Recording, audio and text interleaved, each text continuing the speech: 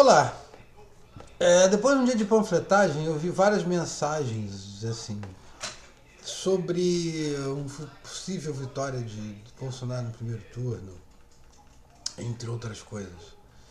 E também essa semana foram pródigas em mensagens a respeito da eu votaria no Boulos se não fosse da necessidade de derrotar o Bolsonaro. Entre outras coisas, me leva me saltam os olhos, porque existem vários elementos novos nessa eleição que a gente precisa dar conta, né? WhatsApp, fake news, etc. E tal. São novos, não são exatamente novos no sentido de tempo, aquele é o gordinho. Mas fake news existe desde sempre, mas o WhatsApp existe há algum tempo. Só que agora juntou os dois e juntou a fome com a vontade de comer, né? Enfim, o que acontece nessa história toda? A gente precisa analisar tudo com muito cuidado. Porque a análise de conjuntura é, antes de tudo, cuidado. Pensar 30 vezes antes da história. Todas as possibilidades que existem numa conjuntura complexa precisam ser olhadas. Ninguém enxerga completamente toda a conjuntura completa, entendeu? Eu errei em várias previsões, óbvio, e acertei em outras. Eu acreditava e acredito que o Haddad seria eleito e teria grande crescimento depois de indicado por Lula. Quem quer que fosse indicado por Lula cresceria. E cresceu. E olha que não cresce à toa, né? Não cresce contra uma marra, um muro, um teto brutal, um ataque cotidiano. E a gente concordando ou não com o PT, achando ou não que o PT roubou, deixou de roubar, que o PT tem problemas pra cacete, dane-se a nossa opinião. Existe um ataque frontal cotidiano. Um ataque que mexe em todos os aspectos da eleição, a ponto de liberar, do juiz Moro liberar, da pouco, uma delação do Palocci de abril, que ele ficou segurando, esperando o tempo exato. Quer dizer, a Globo, meu Deus, a Globo numa entrevista com a Haddad, vocês não vão falar da autocrítica, etc e tal. A entrevista foi pavorosa. Não foi entrevista, como sempre, nenhuma delas foi, na verdade, né? Salvo a mansidão com Alckmin, todas elas foram horrorosas. Todas elas foram horrorosas. Não porque não bateu no Bolsonaro, por exemplo, porque não faz pergunta, defende tese.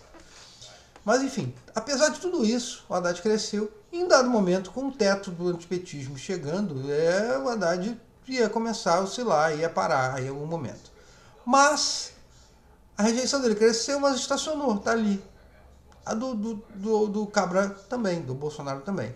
Enfim, com tudo isso acontecendo, era meio que esperado que um quadro de polarização acontecesse. Que o PT pusesse alguém no segundo turno, eu acreditava que o Alckmin seria contra ele, que o Alckmin conseguiria, com a máquina que tem, superar o Bolsonaro. Errei nessa previsão.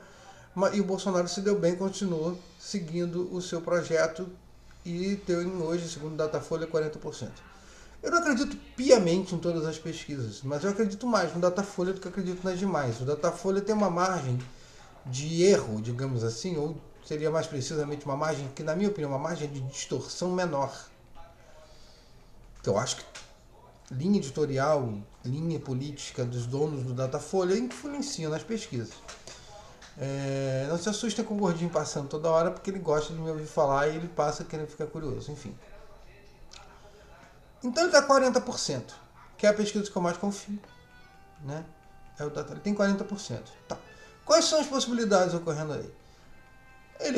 Se for um crescimento de opinião em cima dos indecisos e um crescimento com base no voto útil antipetista. Então o Dash não é nada demais chegar aos 40%.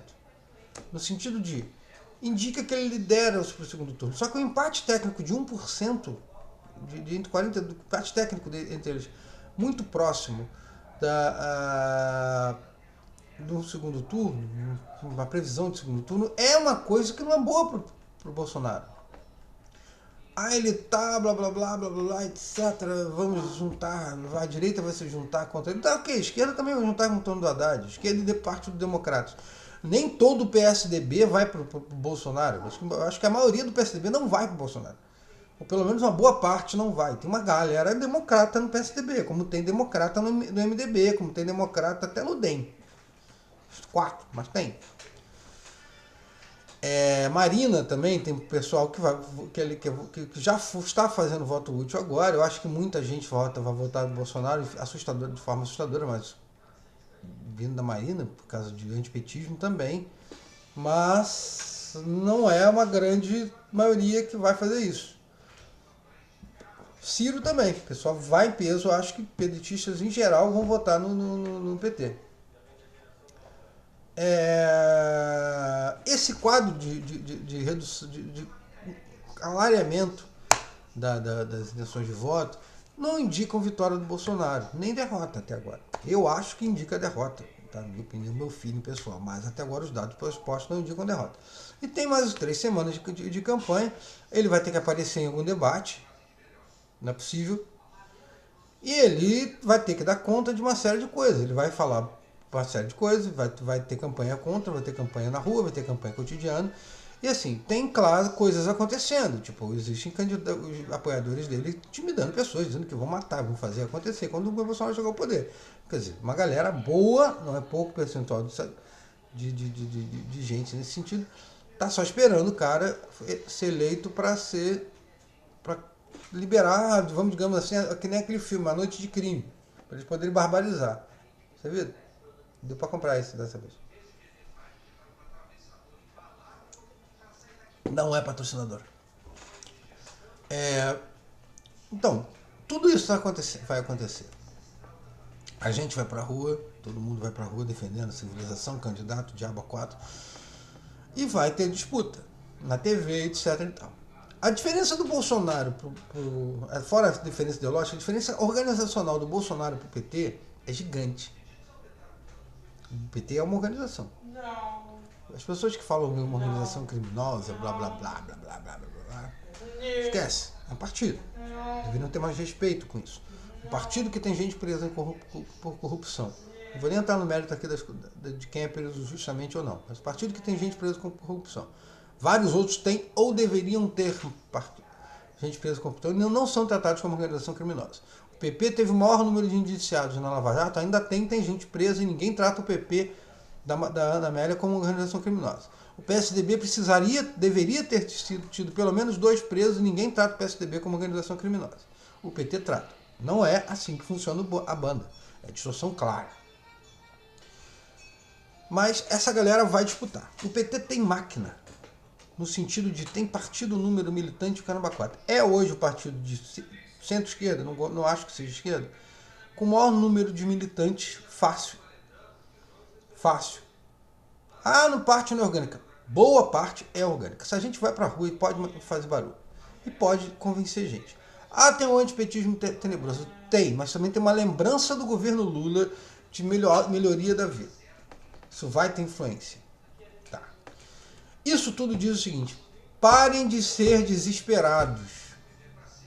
Tá? Porque o problema aqui é combate ao fascismo, ele não se resolve na eleição e nem faz com que a eleição seja perdida de antemão.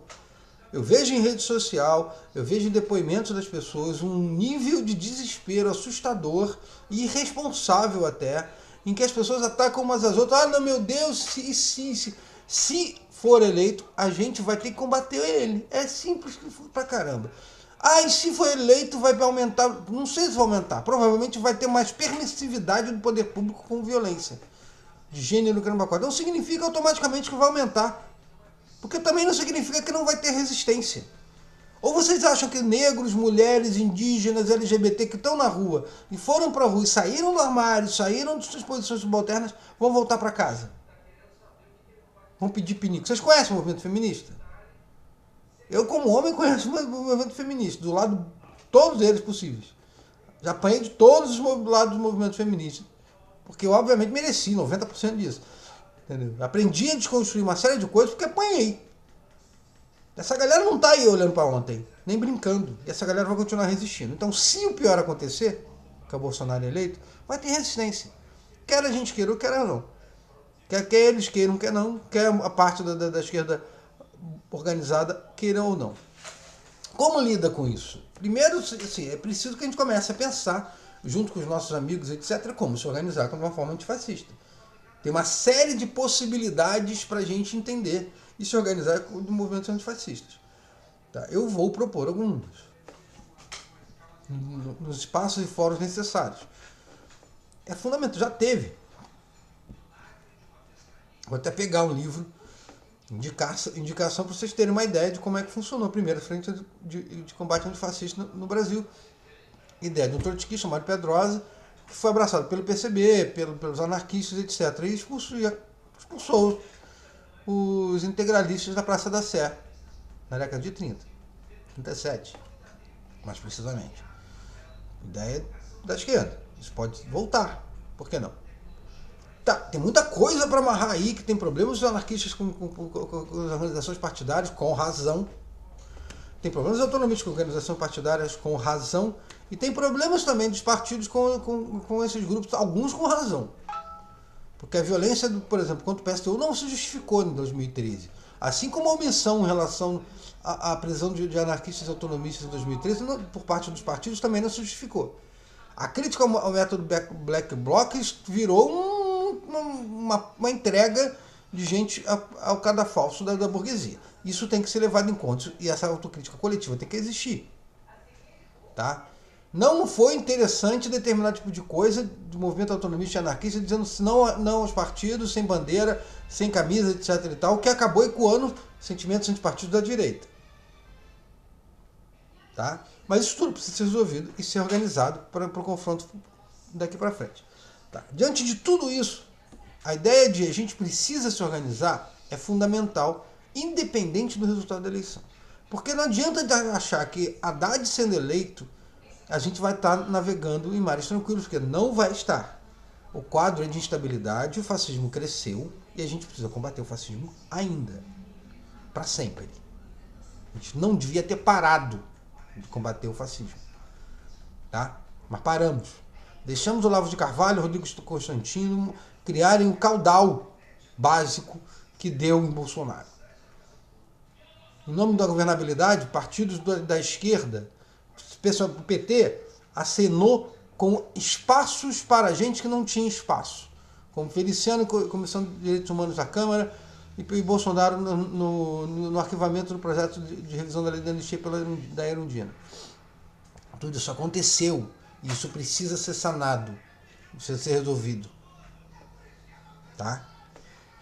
Mas dá para todos juntos, os democratas todos juntos, uma frente única antifascista, segurar a onda dessa peteca, desde que faça a coisa como precisa ser, olhando lá para frente, pensando com fraternidade e pensando no caso maior. Temos divergências brutais em vários campos. Temos divergências brutais na condução de Estado, nos programas de governo, no diabo a quatro. Mas essas divergências não nos fazem cúmplices da barbárie. Não nos fazem cúmplices da barbárie. Aqui e ali, alguns partidos e grupamentos já tangenciaram e ficaram a favor. O PT em relação ao agronegócio, por causa do apoio ao agronegócio, bagagerou Cátia Motosserra e suas políticas anti-índio. Isso tem que ser dito. Mas isso não significa que o PT é um partido comprometido com a barbárie. Não é. Eu não posso dizer isso, eu sou crítico do PT desde 2003. Então a gente tem um caminho para seguir. Agora, enquanto isso, a gente tem uma outra questão nessa eleição, que é muita gente desesperada. Eu votaria no Boulos, por exemplo, e não voto por causa que tem que derrotar o Bolsonaro. Pô, por acaso votar no Boulos transfere o voto no Bolsonaro? Não. Cada voto que não é em Bolsonaro diminui a possibilidade do Bolsonaro ganhar no primeiro turno. E diminui o voto do Boulos no Bolsonaro. Um voto no Meirelles, no Amoedo, na Marina, no Boulos, na Vera Lúcia, no Daciolo, não são votos em Bolsonaro. Não interferem na votação dele. Inclusive aumentam a quantidade de votos legítimos, votos válidos, sem serem nele. Ele deixa de ter cada 1% que ele perde, que ele vai para outro, deixa de ser 1% para ele. Então ele deixa de ter 51% dos votos válidos.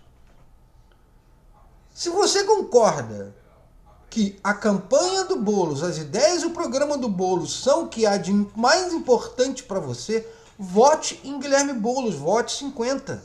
Vote nos candidatos do PSOL Para de show. O voto no Boulos não vai interferir na chegada ou não do Bolsonaro no segundo turno.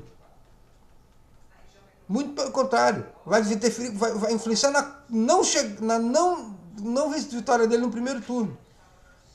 Quer votar em alguém? Vota em quem você acha que deve. Vota no Boulos, vota sem medo. Vota com esperança. Fortaleça o projeto. Se você acredita no projeto, faça isso. Porque você acreditando no projeto, você diminui a ideia do medo, de votar com medo para sempre. A hora de votar no menos pior é o segundo turno. Que em caso de situação de temperatura e pressão normais, eu votaria nulo, se não fosse o Bolsonaro do outro lado. Então, acredita no projeto, vai lá e vota. É uma forma de fortalecer o projeto. Depois vocês ficam com meme, meu Deus, eu tô fazendo amor com outra pessoa, mas meu coração é completamente seu. Porra, se fuder, né, velho? Se você quer votar no Boulos, vota. Se você não quer votar no Boulos, não vota. Vota no Haddad, vota no Ciro Gomes se você acha que deve. Pronto. Agora, não vem com essa história de não estou votando no Boulos porque precisa derrotar o Bolsonaro, que não faz o menor sentido, não tem lógica. Não tem nenhuma lógica. Então o problema é derrotar o Bolsonaro ou ponderar que a parte da esquerda que você quer que derrote o Bolsonaro no segundo turno. Porque aí é outro papo. Se você me vier com essa ideia, ok. Eu quero uma esquerda... Eu estou considerando aqui em tese o Ciro de esquerda, tá? Só porque me dizem que ele é de esquerda. Eu não considero, mas vocês estão dizendo, vai lá. Eu voto no Ciro porque eu quero que o Projeto Nacional Desenvolvimentista do Ciro dispute com o Bolsonaro e vença o Bolsonaro no segundo turno.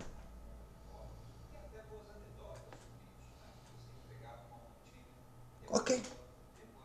Não concordo. Acho uma burrice inominável. Mas é teu direito. Faz sentido.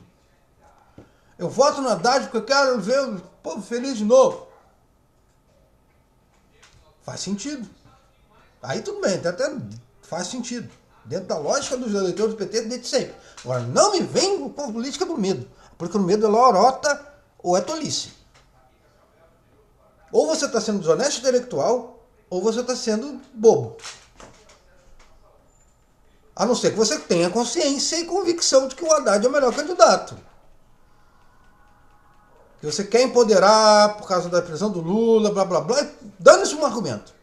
Se você acha que é o melhor candidato pelo histórico do Haddad, do PT, do Lula, do Diabo 4, parabéns pra você nessa data querida. Respeito você pra caramba. Eu só não respeito o eleitor do Bolsonaro porque o eleitor do Bolsonaro quer me matar, só isso. O resto eu respeito quase todos. O cara, principalmente o eleitor do Meirelles, que é um cara que tem uma coragem desgraçada pra votar no Meirelles. Mas assim, vota pelo que você acredita, pelo que você entende que acredita. Você não é... Votar no qualquer um além do Bolsonaro diminui a chance do Bolsonaro ir vencer no segundo turno, no primeiro turno. Aliás, a história do Bolsonaro vencer no segundo turno, eu não sei de onde saiu. Né? Toda hora aparece uma pesquisa que não aparece em lugar nenhum. Só sigilo. Um sigilo, porra. Né? Vamos lá, né? Acorda pra vida. Se ele vencer no segundo turno, vai ser uma puta surpresa. Enorme, ruim e enorme, e um sinal de que fecha o Datafolha, o Ibope, a porra toda. Fecha, joga fora.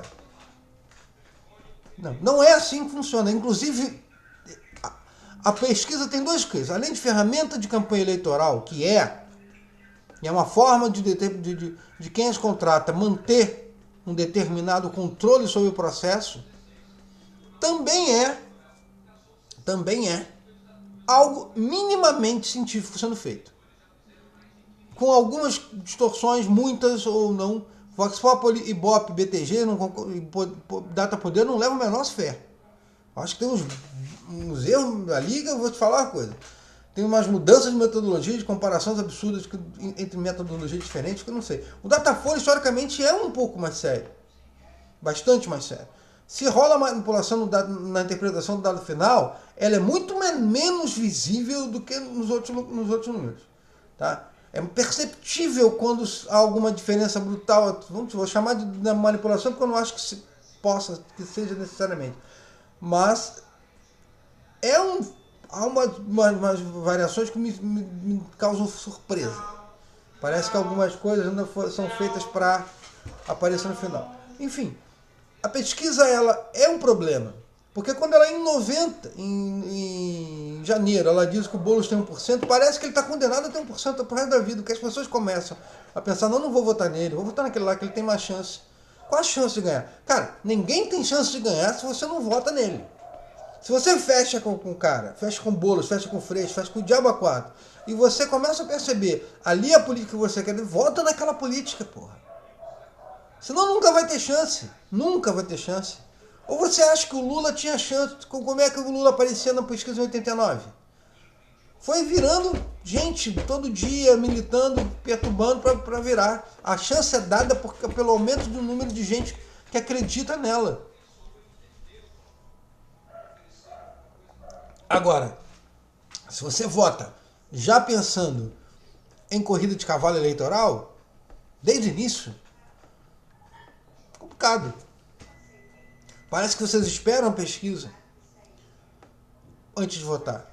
E gente que, em tese, paga de inteligente aí, velho. Zoa do pobre, do cara que tá lá na zona rural, que tem pouco conhecimento formal, etc e tal. O cara lá, a minha opinião, ele tem muito mais direito de fazer essas bobagens. Eu acho que ele não pensa desse jeito.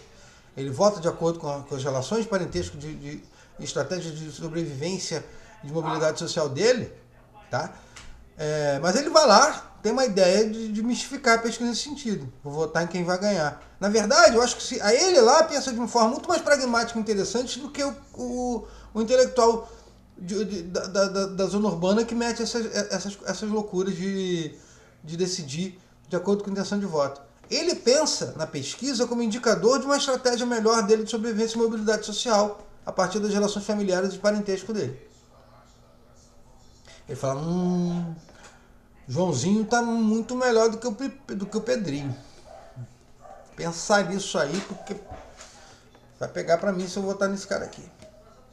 Vai pesar contra mim nas minhas relações cotidianas, e aí isso politicamente não é interessante. Aí ok. Respeito isso. Respeito pra caramba. Agora, se você da zona urbana, intelectual, fodão, caralho a quatro, decide desse jeito, porra, tá? Você de esquerda, eu voto a favor da legalização do aborto, da discussão de gênero em sala de aula, caramba, 4, blá blá blá blá. Porra, aí tu vai votar no cara que pode vetar o kit anti-homofobia porque não quer ficar mal com a bancada evangélica para manter a governabilidade. Não dá, né? Pior que tu vota antes de precisar votar nele. Tu vota no primeiro turno, já. Porque o cara que defende a discussão de gênero na sala de aula não tem, em tese, chance, né, de ser eleito. E aí? Como é que vocês querem que a política que vocês defendem tenha pelo menos visibilidade se vocês sequer dão chance a ela? Vocês já entregam a política que vocês querem no primeiro turno das eleições há mais de uma década. Eu quero uma legalização do aborto. Cara, mas o candidato que defende a legalização do aborto você não recebe teu voto. Tu vota no parlamento, no cara que defende a legalização do aborto, mas tu não vota na majoritária. Porque tu acha que, tu tem que pensar em quem vai derrotar o Serra, o Alckmin, o Aécio e o Bolsonaro. Tu já dança, tu já rifa, você rifa as políticas que você defende no primeiro turno. Você espera que o governo faça o quê quando chega ao poder? Respeite. Você rifou. Você abriu mão delas para votar no Haddad, no Lula, na Dilma, no primeiro turno. Quando você poderia fazer isso tranquilamente, sem dor no coração, no segundo turno. Minha política foi derrotada, mas teve lá seus 15%, vai ter margem de pressão, e agora eu vou votar pragmaticamente para derrotar o Serra, o Alckmin, o Aécio, o Bolsonaro. Pensa, 10 segundinhos, ainda dá tempo, a eleição é amanhã. Então, bom voto, bom não voto para quem vota nulo. Para de satanizar quem vota nulo, ele não tem nada a ver com as bobagens que os votantes fazem. Não façam isso. Bom voto, bom não voto e ele não.